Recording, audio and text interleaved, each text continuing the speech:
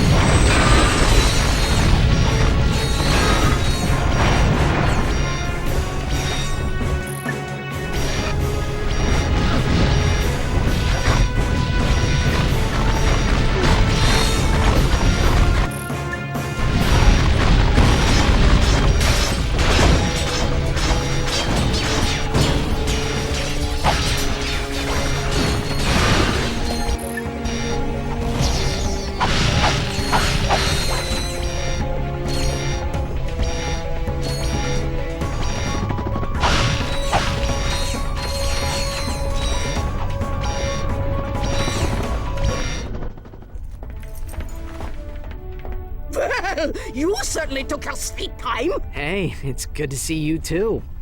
Everyone okay? We're fine. You made it just in time. Any luck with the data disk? Huh. Luck, he says. Al cracked the encryption. The disk contains a complete copy of Nefarious' battle plan. He's going to attack planet after planet, leaving nothing but robots in his wake. The Biobliterator is so well protected, Nefarious doesn't believe we can stop it. Can we?